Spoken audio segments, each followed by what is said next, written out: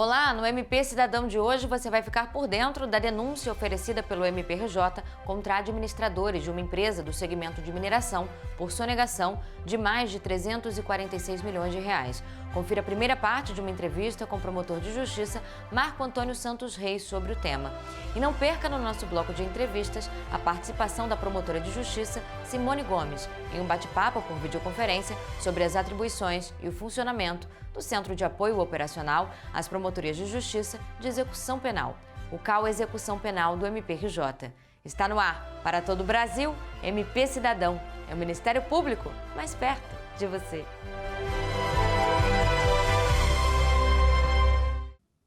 O Grupo de Atuação Especializada em Combate à Sonegação Fiscal e aos Ilícitos contra a Ordem Tributária do MPRJ denunciou administradores de uma empresa do segmento de mineração por sonegação de mais de 346 milhões de reais em impostos sobre serviços, o ISS. As condutas de subfaturamento foram praticadas entre abril de 2009 e dezembro de 2012, e o montante sonegado hoje atualizado pode superar em mais de 2 vezes o valor inicial. Confira agora a primeira parte de uma matéria sobre o tema.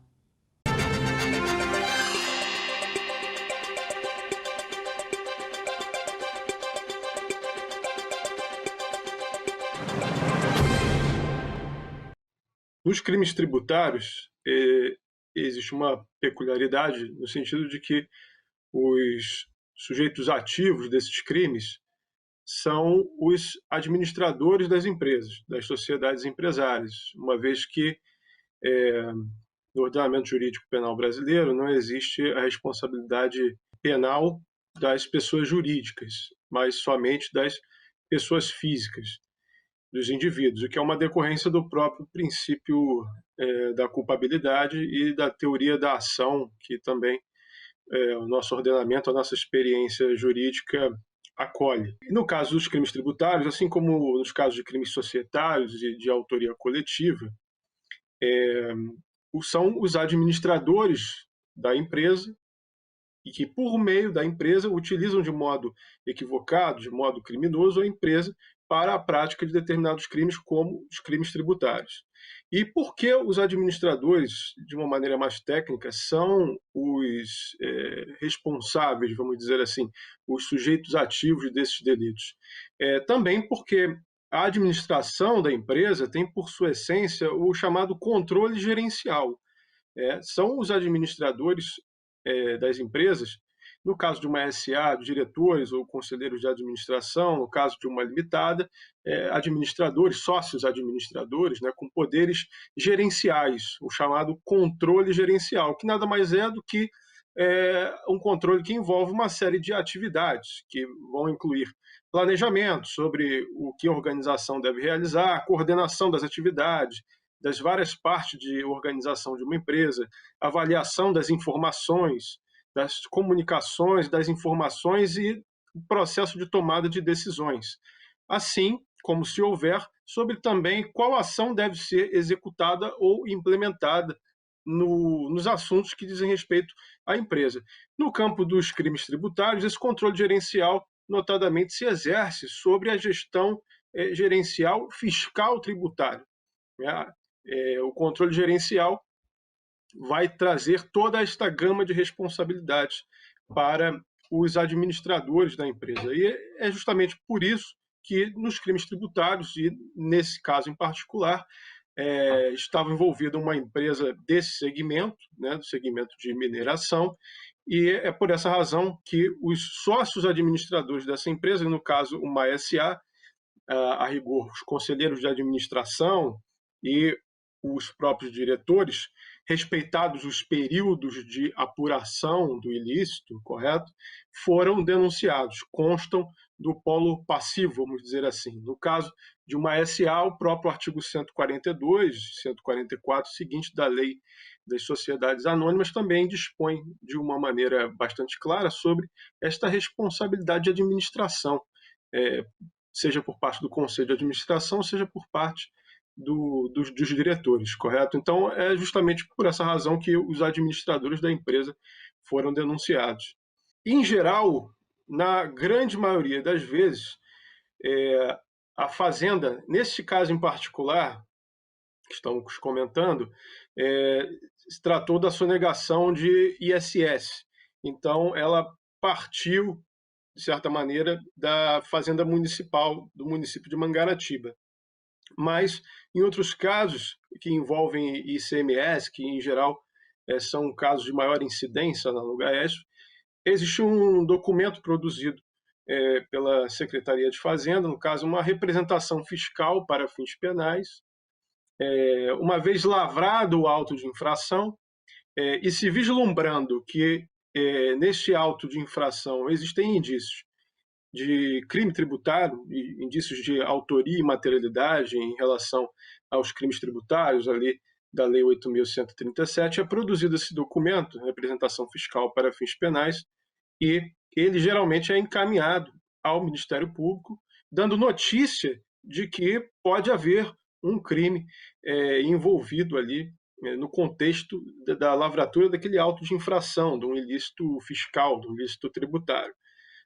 Nesse caso em particular, houve a lavratura de um auto de infração pelo município de Mangaratiba. Esse caso ainda é permeado por alguns outros elementos.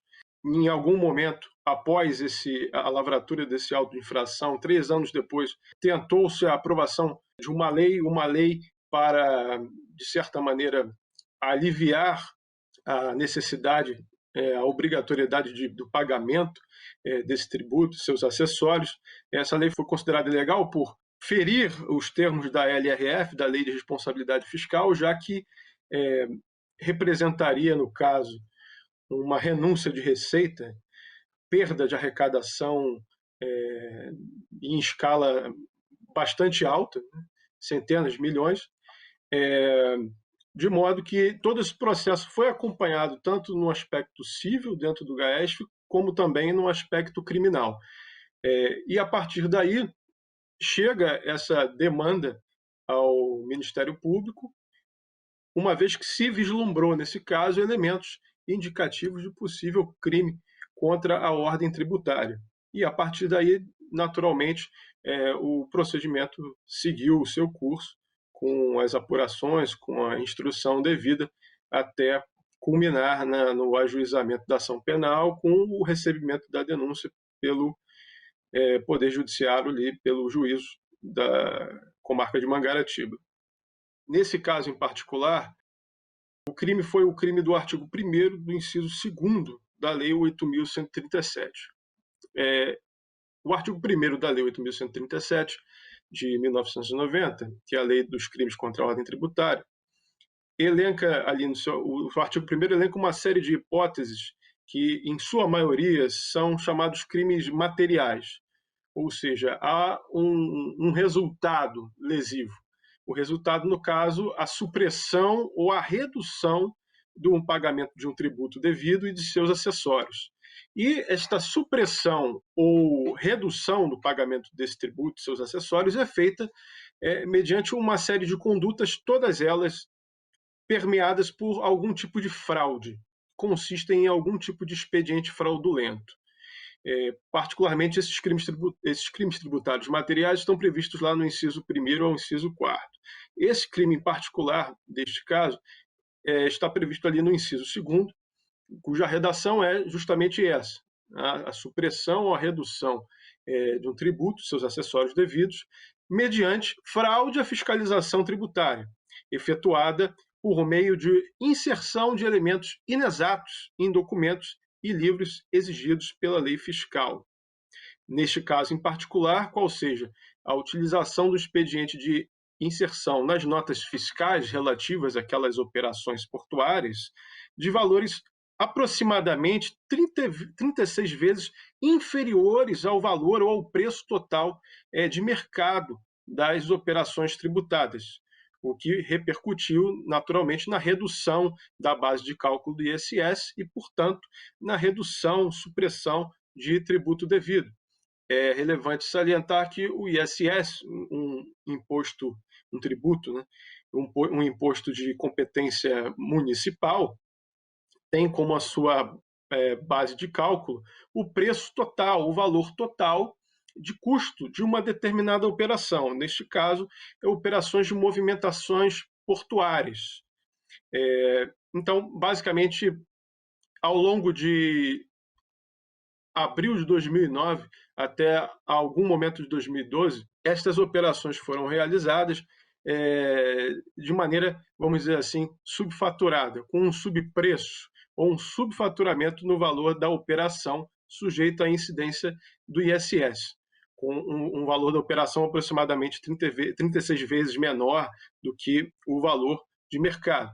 E então, a inserção desses elementos inexatos nas notas fiscais para caracterizar um subpreço, um subfaturamento do valor ou do preço real total de mercado das operações tributáveis e, consequentemente, houve a redução desta base de cálculo e do imposto a ser pago, o que vai se explicar ao longo de toda a apuração. Muito obrigada, doutor Marco. Agora o MP Cidadão vai para um rápido intervalo. Não saia daí, voltamos em instantes.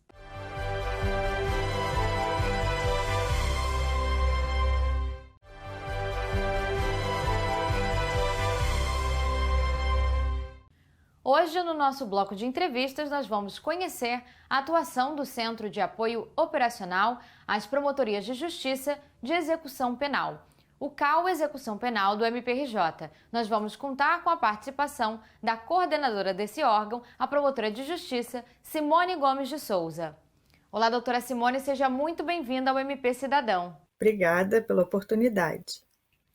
Doutora, o que faz e como funciona o CAU Execução Penal? Bom, como compete ao Ministério Público Estadual, no âmbito da execução penal, fiscalizar a execução da pena e da medida de segurança, oficiando nos processos de execução das penas e nos incidentes de execução, o CAU dá apoio e suporte aos promotores de execução penal e àqueles que necessitem de esclarecimentos sobre a matéria.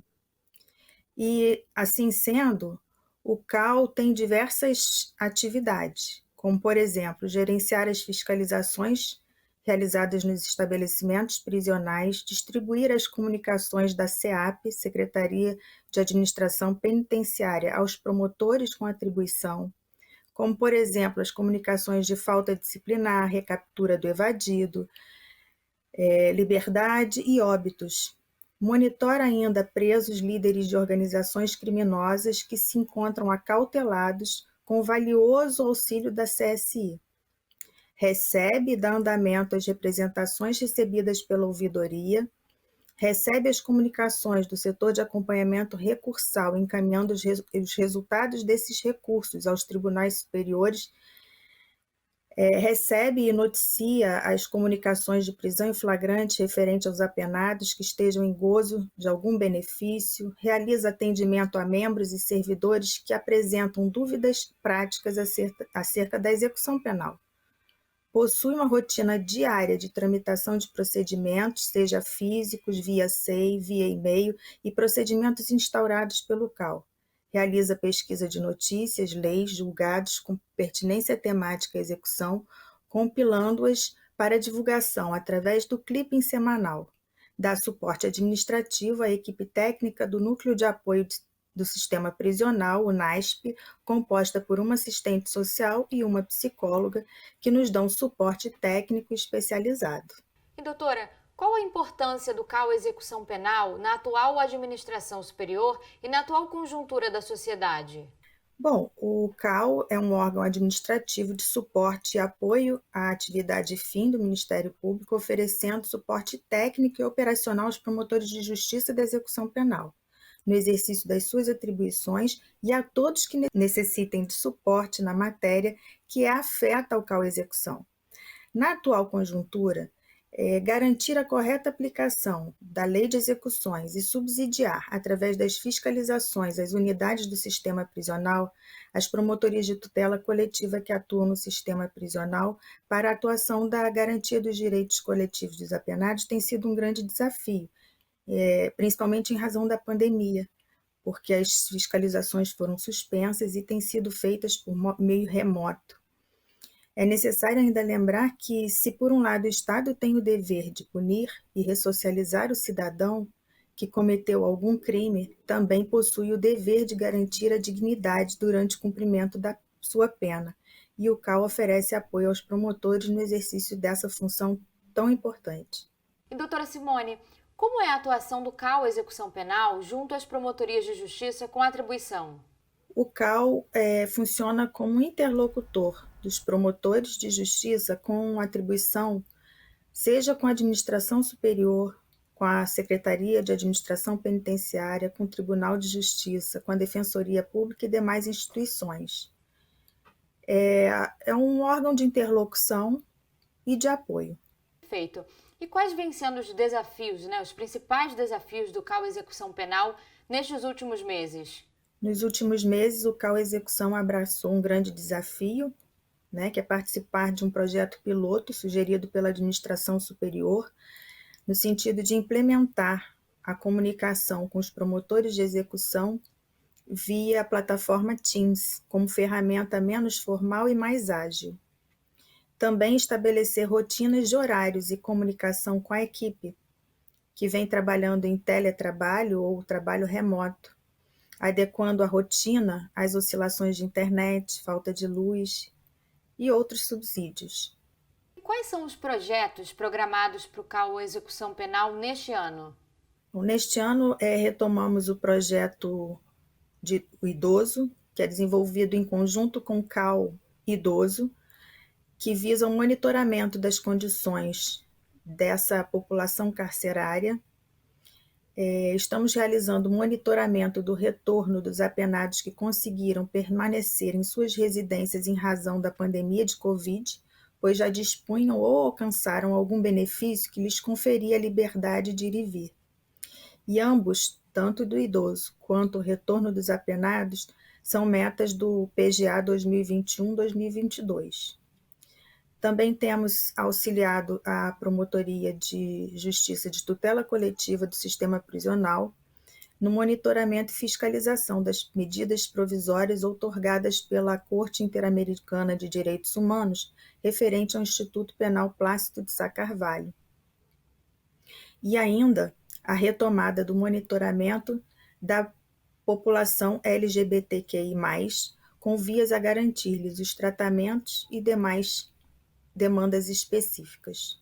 Doutora, infelizmente a nossa entrevista está chegando ao fim. Eu aproveito para agradecer novamente a participação da senhora aqui no MP Cidadão. Eu que agradeço. E chega ao fim mais um MP Cidadão. Se você quiser rever este programa, entre no canal do MPRJ no YouTube. Aproveite para se inscrever, ativar as notificações, nos acompanhe também pelas nossas redes sociais que estão aparecendo aqui embaixo. Não deixe de nos enviar as suas dúvidas, críticas, sugestões. O programa também está disponível em podcast nas plataformas Deezer, Spotify e iTunes. A gente se encontra no domingo que vem. Um forte abraço. Até lá!